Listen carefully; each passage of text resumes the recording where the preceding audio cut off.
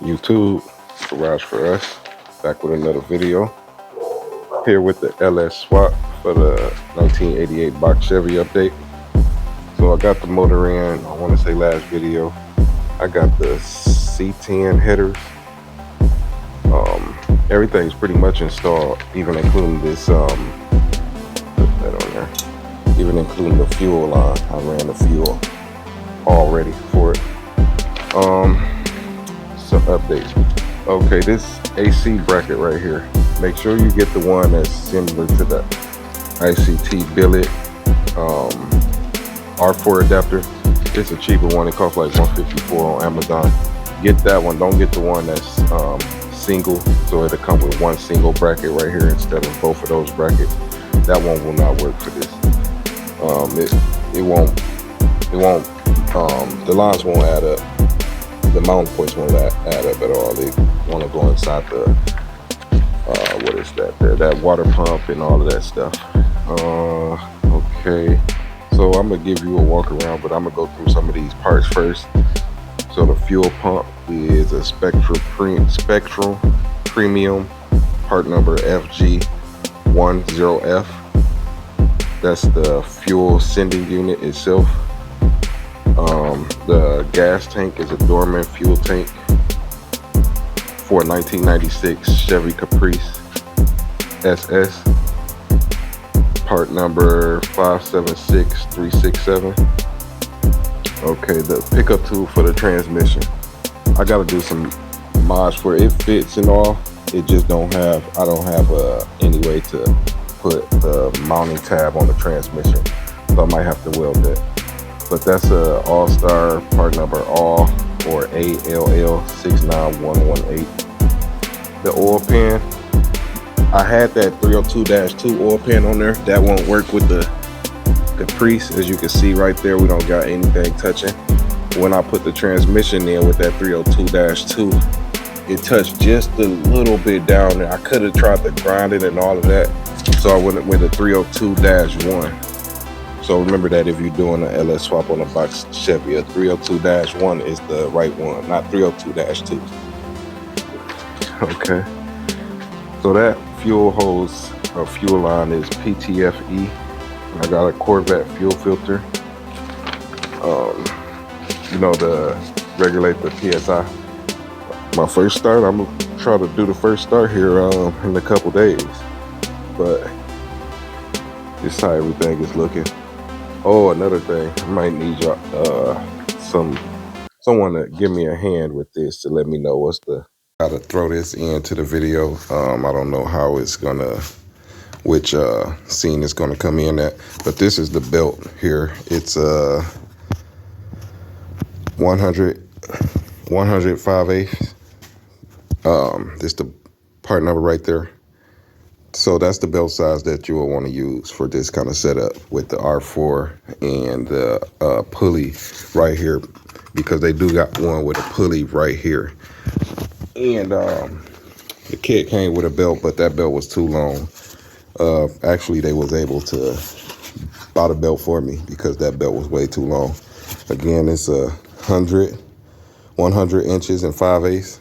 I don't really know how to say that, even though I do build stuff. But yeah, that's the belt you'll want to use. Again, I might need someone to hop in the comments and let me know with these headers. So the spark plug wires won't clear on some of them. Let me take that one out and show you. You see, it'll go in, but it'll hit right there, and that'll burn this wire right up. Just running it for a few minutes, probably it'll start melting it. So if anybody got any advice on that, it'll highly be appreciated. I'm gonna start it with these just to hear it run and all of that, but I'm not gonna be able to run them. The C10 headers, no problem with them at all going on. It's just that clearance issue with the spark plug wires, as you can see right here, is touching there. Okay, and this bolt right here, you can't torque it down. You gotta basically estimate torquing it down. The oil pickup tube is off of a truck. like I want to say a 2007 Sierra. So this is an oil pickup tube out of a Sierra truck. You're able to bend that to the way that you need it. Let me get under here and show you this fuel tank. So this is the fuel tank. Again, this is a 1996 Chevy Impala SS fuel tank, and it fits like it was made for it. It's the wire coming off that fuel sending unit, and the fuel pump is a genuine Warburg 255 fuel pump. Show you my lines, how I got them ran. So I did test my lines. I don't have any leaks. So I just got them ran through the factory way there. I got my fuel pump, fuel tank. Give me a second, I gotta get over there. Okay, so here's the fuel filter. I got it ran. This is the driver's side. As you can see, that's the shock there. Got my fuel lines ran, factory location coming down, and the filter is right on the rail. It's a little slot right here that you don't got to drill anything. It's right where the motor, what is that there? That body mount is, the body mount hole. So that's the screw for the body mount. So the body mount hole is right there with a locking bolt on it. So I got that, so it's not going anywhere at all. I think this is a really good spot for it, because anywhere else I have to drill a hole and stuff like that, and I really don't think that is necessary. So I just utilize that. So as you can see, I got my return and feed going in, and then I just got my feed going all the way out through the frame there, going all the way up to the motor. And I tested everything, works out pretty good, no leaks. So alright, with something, let me show you how this. So that's the pickup tube for the transmission, and then pickup tube for the motor.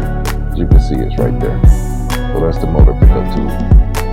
You're able to bend it. You'll have to bend it just a little bit. Well, I do got my wire harness installed also. Try to hide it as much as I can. This air is gonna have to get cut because the headers won't clear it. So this air have to get cut right here, and then the headers will be able to clear it. The headers cleared already. Is that the piece that go onto that, it won't clear. So everything is ran just so I can start it. Then I'm gonna clean it up way better than what it is. See my transmission cooling lines. They ran those, so I gotta show y'all one thing. Just see. Alright. So this wire and harness, you don't need much out of it, but before I cut anything, I wanted to go through it and see what would have worked and what wouldn't have worked. So by unhooking the wire harness, you wouldn't be able to get the heater blower motor to cut on. It wouldn't cut on at all. So when you taking this harness apart, where is it? When you taking this harness apart, do not cut this one. This wire right here. You see how it looks in there? Don't cut that wire. If you cut that wire, then your blower motor won't work. So this is what's gonna make your blower motor cut on. But all the other wires, there's a lot of videos about it that starter wire and ignition wire, this right here. So this was mainly what you're gonna use, but don't cut that wire right there, otherwise your blower motor will not work. Yes, that's pretty much it. Again, y'all got any advice on these spark plug wires? Let me know, because I don't want to just order all type of different ones and then send them back. But that wire harness is from BP Automotive. Let me show you how I got it inside the car.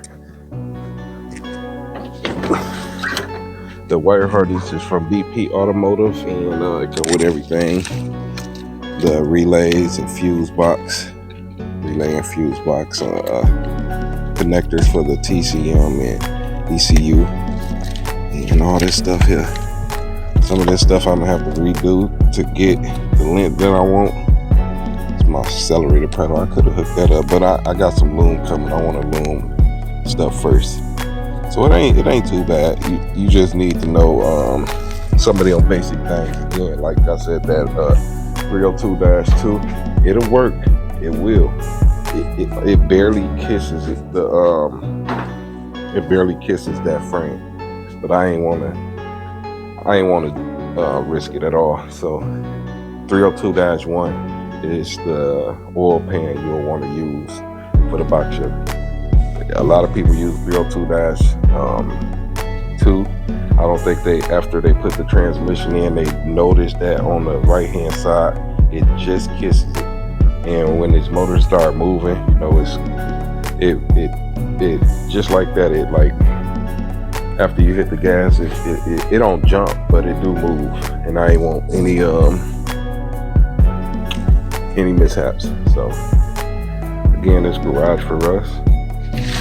I will be putting out another video of the wiring harness after I'm finished here. Yeah, because I went into this harness because I didn't get my blower motor to come on, and come to find out it was that you have to have that piece that I showed you earlier. All right, this garage for us. Thanks for watching. Don't forget to subscribe, and more videos coming soon.